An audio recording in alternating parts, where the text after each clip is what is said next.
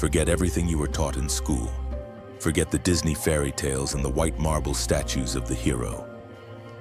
We've been lied to for thousands of years. We looked at the sky and saw strength in the lightning. We thought Zeus threw thunderbolts because he was all-powerful. But the truth is much darker and more pathetic. Zeus wasn't a king. Zeus was a terrified child trapped in the body of an immortal monster. Every clap of thunder isn't a lion's roar. It's a scream of panic. He feared only one thing, not the titans, not the giants, not even death. He feared a mirror, because in his reflection he saw the one person he hated most, his father. To understand the tyrant, you must see how he was broken. Imagine Zeus's childhood. He didn't have one. While he grew up in a cave on Crete, hidden away, he knew exactly where his family was.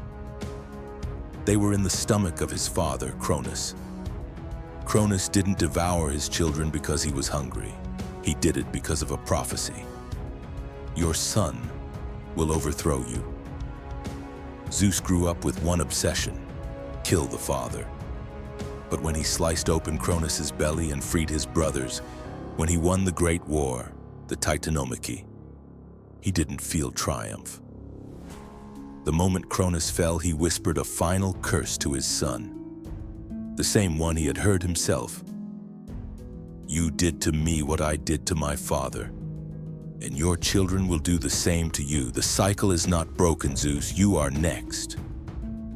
In that moment, the hero died. The dictator was born. You've heard of Zeus's affairs, hundreds of lovers, nymphs, mortals. We are told, oh, he was just a lustful man. Nonsense. It was a survival strategy. Zeus's first wife was Metis, wisdom itself. She was the one who helped him defeat his father. But Gaia whispered to Zeus, Metis will bear a son who will be stronger than you. Do you know what our noble king of gods did? He didn't just kill her. He repeated his father's sin. He swallowed her, whole, his pregnant wife. He literally became the Cronus he ran from. Metis remained alive inside his head, becoming his inner voice. But now Zeus knew no one could be trusted. If even wisdom threatens the throne, then every threat must be destroyed before it is born. You might think his paranoia was madness, but it wasn't. It was experience. There was a night stricken from most history books, when Zeus woke up and couldn't move. He wasn't bound by enemies, he was bound by his family. They stood over his bed laughing. Hera, Poseidon, Apollo, they had tired of his arrogance.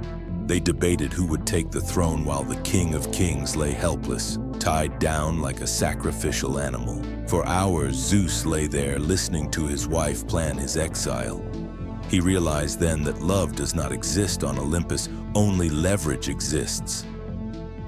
He survived only because he had bribed a monster from the deep, the 100-hander, to be his bodyguard. But something broke inside him that night. When he freed himself, he didn't just yell. He made examples.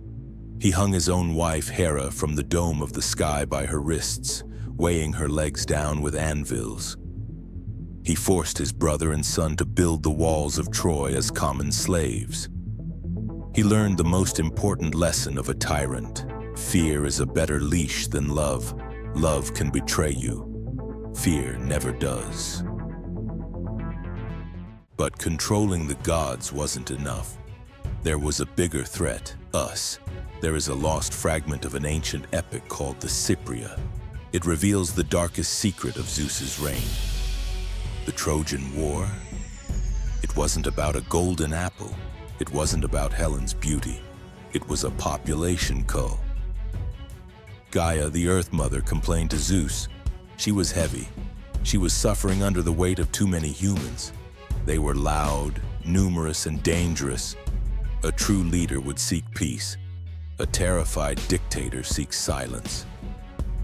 Zeus orchestrated the greatest war in history, not for glory, but for extermination. He needed to thin the herd. He sent his own children to die in the mud of Troy. Sarpedon, his beloved son, Zeus, watched him bleed out and did nothing. Because preserving the system was more important than saving his kin. He wept tears of blood, yes, but he let the slaughter continue. Why? Because a world with fewer heroes is a world easier to rule. He washed the earth in blood just so he could sleep a little sounder at night. It was fear that made him chain Prometheus to the rock. Not because Zeus begrudged humans fire. No. Prometheus gave humans knowledge, and knowledge leads to doubt. Doubt leads to rebellion. Zeus turned Olympus into a police state. He surrounded himself with servants, Kratos, power, and Bia, force. Think about it. The closest allies of the god of justice were power and violence. But the most telling moment is the story of Thetis, a beautiful sea nymph whom Zeus desired passionately. But the prophecy spoke again. The son of Thetis will be greater than his father. Anyone else would have risked it for love, but Zeus, he instantly married her off to a mortal old man. He single-handedly engineered Achilles, a hero destined to die young, just to prevent the birth of a god who could take his throne. He sacrificed the happiness of the woman he desired and the fate of the greatest hero, all to secure his own power. By the end of the mythic age, Zeus got what he wanted. He remained king. But at what cost? His wife Hera tried to stage a coup, and he hung her from the sky with golden chains. His brother Poseidon rebelled. His children feared his wrath. He created perfect order. The order of a graveyard. Zeus is not a story about strength. It is a story about what power does to the mind. He was so afraid of becoming a victim that he became the executioner. He won the war against his father, but he lost the war against himself. Cronus was locked in Tartarus, the deepest pit of hell. But Zeus locked himself in a golden cage at the top of a mountain, eternally waiting for a stab in the back that never came. So when you hear thunder, don't fear the wrath of the gods. It's just the sound of a lonely old man shivering in an empty house.